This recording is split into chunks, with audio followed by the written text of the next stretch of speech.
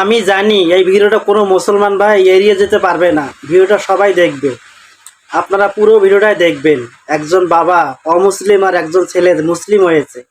ভিডিওটা দেখার পর ভালো লাগলে অবশ্যই সবাই শেয়ার করে দিবেন ভিডিওটা বেশি বেশি করে। 65 বছর তো হয়ে গেল, আমি তো মুসলমান হয়েছি। আল্লাহ পাক বলছে যে মুসলমান না হইয়ে কবরে যাই না। না, আপনি কি বলেন? হ্যাঁ, ঠিক আছে।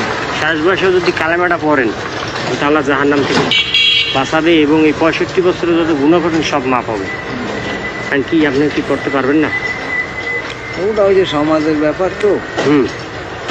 সমাজ কি করবে? সমাজ আপনি কালেমা পড়ে মুসলমান হয়ে আমার কাছে থাকবেন, আমার কাছে খাবেন, আমি সব দায় দায়িত্ব আমার, এমনও আমার, এবারও আমি আবার আমার জন্য আমি আপনার বাপ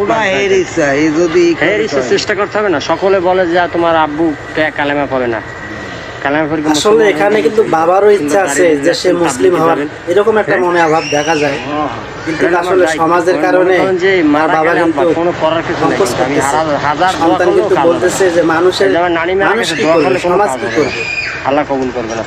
দেশে থাকতে কালেমাটা পড়ে মুসলমান হইয়া এবার মর।